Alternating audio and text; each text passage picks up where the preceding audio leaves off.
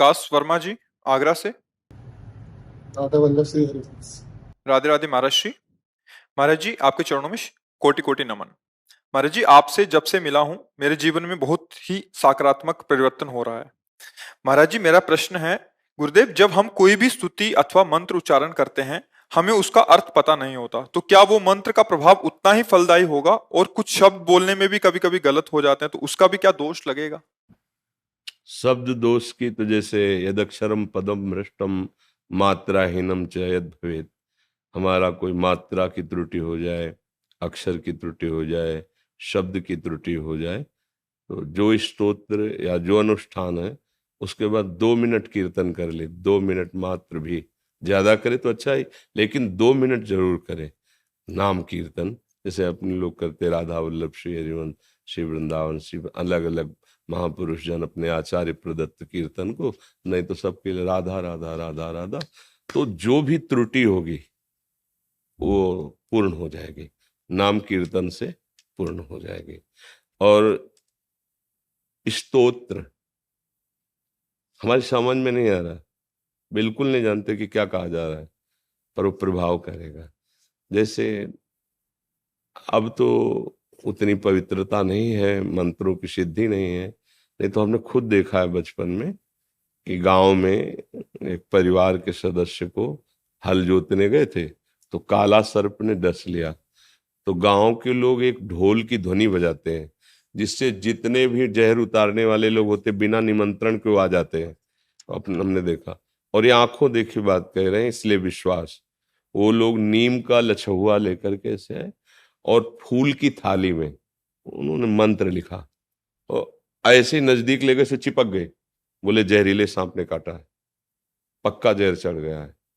अब वो लोग अपने पवित्र भूमि में बैठ के नीम के लछुआ से वो बिल्कुल बेहोश था, जिसको सांप ने काटा, तो मतलब कुछ घंटों में मर जाता। अब वो कितना समय लेता जहर पूरा प्राण हरण करने, लेकिन कुछ ही घंटों में वो पूरे स्वस्थ एकदम नॉर्मल हो गए थे। तो जब वो मंत्र उच्चारण कर रहे थे, तो वो तो सर्प का जहर चढ़ना, जिसके ऊपर वो तो जानता भी नहीं है कि क्या बोल रहे हैं, लेकिन जहर उतर गया ना, उतर। ऐसे ही जो हम भागवतिक मंत्र हैं, भागवती के श्लोक है, उनका अर्थ नहीं जानते, पर माया का जहर उतर जाएगा। हमें विश्वास करना चाहिए, ये मार्ग विश्वास का है। हम नहीं जानते इसका अर्थ क्या है, पर जिनके लिए कहा गया वो तो सर्वज्ञ, वो तो जान ही रहे हैं ना। जैसे किसी ने कहा था हम अंग्रेजी से अगर राधा नाम लिखें तो श्री जी मान जाएंगे कि हाँ, तो हर भाषा उन्हीं की तो है। आप उर्दू से बोलो, अंग्रेजी से बोलो, रसिया में बोलो, कुछ किसी भी, मतलब एक कह रहा है गॉड और हम कह रहे हैं जय भगवान की, तो भगवान तो दोनों को देख रहे हैं ना कि हमारे कोई बोल रहा है ना। वो सर्वज्ञ है, सब भाषाएं उन्हीं की है, सब जन उन्हीं के हैं, हम अल्पज्ञ हैं। हो सकता है हम ना जान पाए कि क्या कह रहा है मंत्र, क्या भाव स्तोत्र का, लेकिन फल उसका आपको मिलेगा। हाँ, जो उसमें त्रुटि हो गई है उसकी पूर्ति के लिए नाम संकीर्तन है, तो उसकी पूर्ति हो जाएगी। आओ महाराज जी, द्वारिका द्वारिका पीठ से आए। बिराज, द्वारिका उससे आए महाराज जी। कुर्सी में विराजमान हो।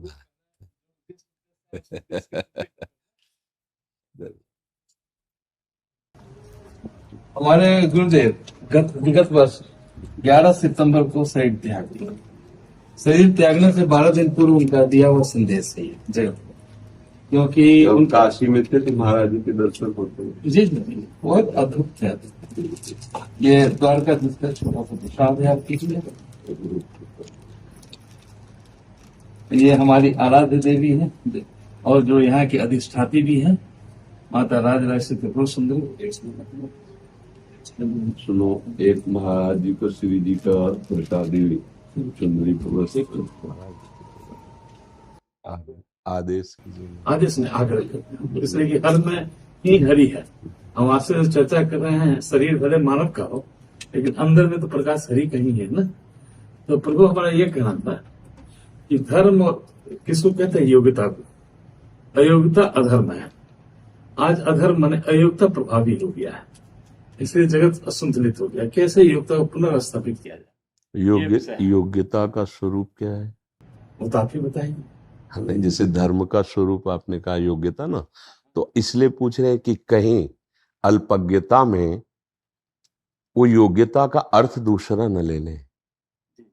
मुझे आप पे नहीं, मुझे आपके वचनों को न समझने के कारण वो बलवान है, वो बुद्धिमान है, वो शास्त्रों का स्वाध्याय किए हुए है, बहुत सी विद्याएं जानता है, तो वो अपने को योग्य मानकर कहीं हमारे धर्म के प्रति वो अपराध न कर दे।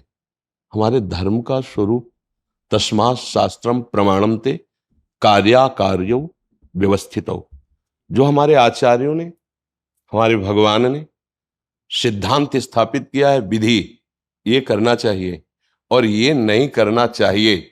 यदि जो करना चाहिए वो कर रहे हैं, जो नहीं करना चाहिए उसका त्याग कर रहे हैं, तो आप धर्म से चल रहे हैं। आपकी, फिर हम शब्द कह सकते हैं कि आपकी योग्यता है, अब धर्म में आप चल रहे हैं। अगर कहीं आप विद्या, बल, बुद्धि या किसी भी तरह के बल का अहम रख करके आचार्य और शास्त्र के विरुद्ध मनमानी आचरण कर रहे हैं, तो वो योग्यता भी अयोग्यता ही होगी और उस निषेध कर्म को करने वाले को कभी ना आंतरिक शांति मिलेगी और ना बाहरी ही उस प्रशंसा या सम्मान या सुख आदि प्राप्त होंगे। इस लोक और परलोक के समस्त सुखों को प्राप्त करने के लिए ये लोक भगवत विमुख के लिए नरक दुखदायी है, लेकिन भगवत सन्मुख होकर जो भगवदानंद या ब्रह्मानंद का अनुभव जिसे, तो समस्त दिशाएं, समस्त लोग एकमात्र ब्रह्मानंद के सिवा और कुछ नहीं है, भगवदानंद के सिवा कुछ नहीं है। इसलिए गुरुजनों की वाणी, शास्त्र के जो सिद्धांत है, सिद्धांत जिसको कहा गया है कीजिए और जिसको कहा गया ना कीजिए, अन्वय व्यतिरेक विधि निषेध, उसके अनुसार जो चलता है वो धर्मात्मा पुरुष कहा जाता है और धर्म ही स्वयं उसकी रक्षा कर लेता है। धर्मो रक्षति रक्षिताम। और धर्म से चलने वाले को कभी अशांति, शोक, क्लेश, पश्चाताप ये उसको नहीं व्यापते हैं। आती है, विपत्तियां आती हैं, परिस्थितियां आती हैं, लेकिन वो अशांत नहीं होगा, वो शोकित नहीं होगा, वो पश्चाताप युक्त नहीं होगा। और हम सब योग्य हैं, सब, क्योंकि हम भगवत स्वरूप हैं।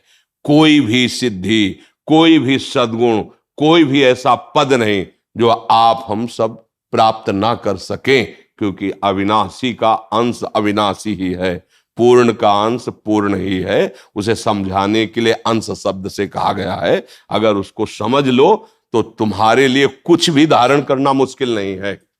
तुम शरीर भाव से गिर रहे हो, महाराज जी ने पहले बताया, लेकिन अगर स्वरूप भाव में आ जाओ तो कोई अभाव ही नहीं तुम्हारे अंदर। अभाव शरीर भाव को लेकर के ही हुआ है। जो स्वरूप है उसमें कभी कोई अभाव ना था, ना है, न रहेगा, न कोई बंधन था, न है, न रहेगा। देह भाव के कारण ही अभाव और अभाव ग्रसित भाव होने के कारण ही हम शास्त्र विरुद्ध आचरण कर रहे हैं, अधर्माचरण कर रहे हैं। बस यही हमारा पतन करा रही, यही हमारा नाश करा रही है। इसलिए संतों का उद्देश्य यही होता है कि धर्म की क्या स्वरूप वृत्ति है उसको समझाते हैं, वो हमें चलने की सामर्थ्य भी देते हैं। यदि हम संतों के वचनों को माने और उनके अनुसार चलें तो निश्चित हमें सहजानंद, स्वरूपानंद, ज्ञानानंद, प्रेमानंद, भगवदानंद, नित्यानंद, चाहे जिस नाम से कहो, वो हमारे घर की संपत्ति है। उसको कहीं उपजना नहीं है, वो है बस अनुभव करना है। देह भाव उस अनुभव में बाधा पहुंचा रहा है। गुरु जी एक दृष्टांत हमारे बताते जी। कि एक राजा ने अपने राज्य में एक विशाल बगान का निर्माण करवाया। उसमें अद्भुत अद्भुत वृक्ष, फल नहीं, विधि का अनुसरण, जो विधि है जहाँ का उसका अनुसरण करना, विधि ही धर्म है ना। तो गुरु जी कहते थे कि एक राजा अपने राज्य में एक विशाल बगान का निर्माण करवाया। उसमें अद्भुत अद्भुत वृक्ष, फल, लता, पत्ता, तालाब, झूला सब कुछ बनवाया। जब बगान का पूर्ण निर्माण संपन्न हो गया तो उसने अपने राज्य में घोषणा कर दी कि हम एक बगान के निर्माण किए हैं और अपने राज्य के हर नागरिक को सुबह से संध्या तक का समय देते हैं और इसी बगान में हम छिपे रहेंगे। आप लोग आइए, हमें खोज लीजिए। जो हमें खोज लेगा उसको हम अपनी पुत्री से विवाह करवा देंगे और अपना पूरा राज्य उसको दे देंगे। सब नागरिक घुसे बगान में लाखों प्रातः काल में। अद्भुत वृक्ष, पत्ता पत्ता, लता, फल, पोखर, झूला देख के उसमें मंत्रमुग्ध हो गए, उसमें लग गए, भूल गए कि वो आए हैं राजा को खोजने के लिए। असंध्या हो गया तो निकाल बाहर किए बगान को से। यही जीवन है। आज लोग अपने लक्ष्य को भूल गए हैं। और जीवन क्या है? लक्ष्य प्राप्ति करने का माध्यम है। आज माध्यम को ही लोग लक्ष्य बना लिया है। आज जो लक्ष्य है उसको भूल गए हैं। ये बहुत बड़ी समस्या है। इस समस्या से कैसे लोग जगें? जो भगवत अनुभव से छके हुए महापुरुष हैं, उनके वचनों में इतनी सामर्थ्य है कि जो उनके वचन मान ले, बस पास रहने से नहीं, वचन सानिध्य की जरूरत है। शरीर सानिध्य में बड़े बड़े महापुरुषों के पास रहने वाले भी ठगे गए। कैसे ठगे गए? उनको महापुरुषों की संपत्ति दिखाई दी, जहर दे दिया अपने गुरु को, अपने गुरु के साथ अभद्र व्यवहार कर दिया पास रहते हुए। कितने ऐसे दृष्टांत उदाहरण है। और जो गुरु के वचनों पे उस परम पद को प्राप्त कर लिया।